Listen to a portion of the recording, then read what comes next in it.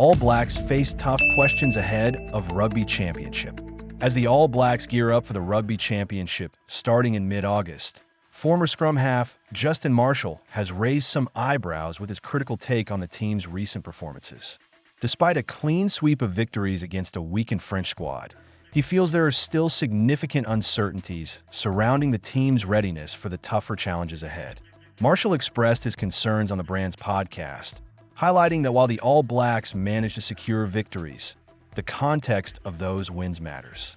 France left many of their star players at home, yet still managed to push the All Blacks in both the first and last tests of the series. This raises the question, are the All Blacks truly in top form, or are there deeper issues to address? From a fan's perspective, it's hard not to share some of Marshall's doubts. The All Blacks have a proud history of excellence, and while victories are always welcome, the manner of those wins is equally important. The fact that the team struggled to convert opportunities into points during the tests is concerning. There's a sense that the All Blacks are still finding their footing, and as fans, we want to see them not just win, but dominate. Marshall's insights make us wonder, what does the All Black squad truly look like heading into the Rugby Championship? Can they elevate their game to reclaim the title they lost to the Springboks last year? It's a daunting task, and while optimism is part of being an All Black supporter, realism must also play a role. Looking ahead, the All Blacks will face formidable opponents like Argentina and the Bledisloe Cup rival Australia. These matches will be true tests of character and skill. As Marshall pointed out, the team is currently operating at around 75% of its potential, which means there's room for improvement. However, will that improvement come in time to make a difference against the Springboks? It's a critical moment for Scott Robertson and his squad. As fans, we need to rally behind them, but we also need to stay grounded. What do you think? Are the All Blacks ready to take on the Springboks? Or do you share some of Marshall's concerns about their current form? Comment "Go All Blacks" below and let us know where you're from and your thoughts on the team's chances in the upcoming Rugby Championship. Are you feeling confident? Or do you think there's still work to be done? Let's hear it. All Blacks shine again. A rookie's experience against the best. Recently, rookie French fly half Joris Seggins shared his thoughts about facing the All Blacks during Les Blues' tour of New Zealand. It's always a thrilling moment when young players step onto the field against the best in the world, and Seggins certainly had his hands full. The All Blacks swept the series with a 3-0 victory, showcasing their dominance in Dunedin, Wellington, and Hamilton. Seggins made his test debut in the first match and went head-to-head with the legendary Beauden Barrett, a two-time World Rugby Player of the Year. That's no small feat for a newcomer. It's always exciting to see young talent rise to the occasion. But let's be honest, facing a player of Barrett's caliber can be intimidating. Seggins himself noted the class of Barrett, admitting that going up against him only solidified his respect. He even made it a point to swap jerseys after the first test, something that shows his admiration and the significance of the moment for him. However, it's hard to ignore the criticism France head coach Fabien Galthy faced for leaving many first-choice players at home.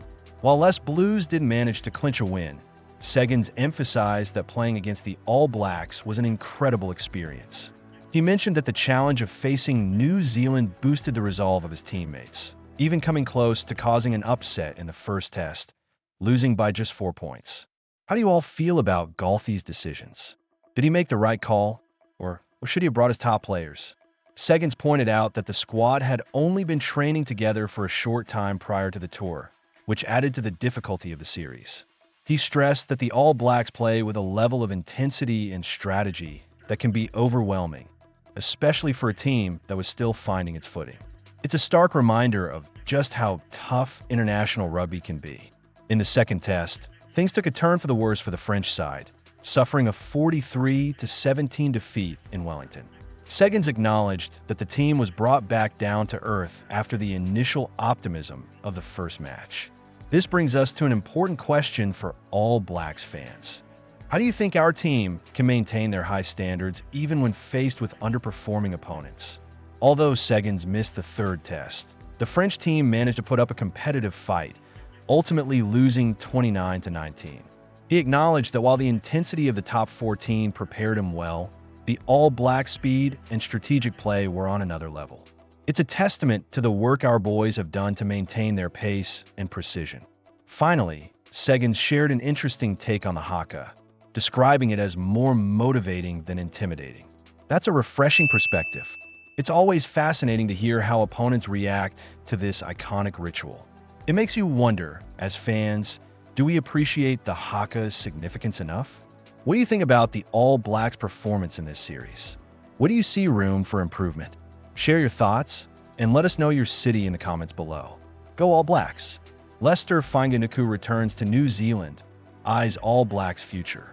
Our man Lester Fainga'anuku has made his way back to New Zealand after a successful stint in France with Toulon.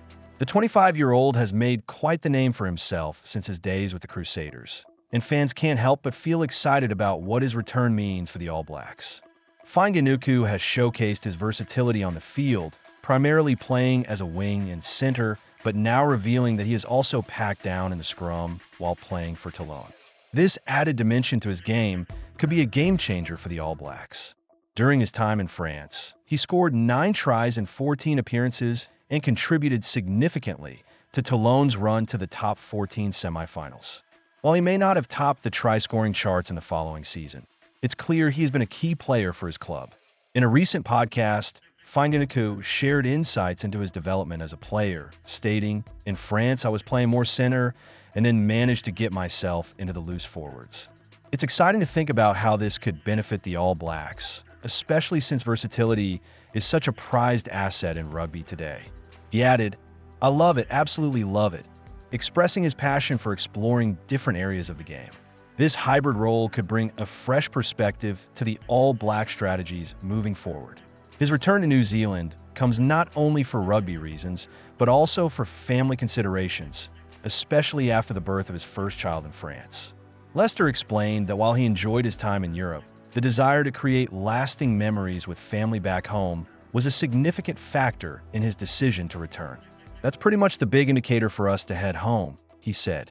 "It's heartwarming to see a player prioritize family while still aiming for greatness on the field."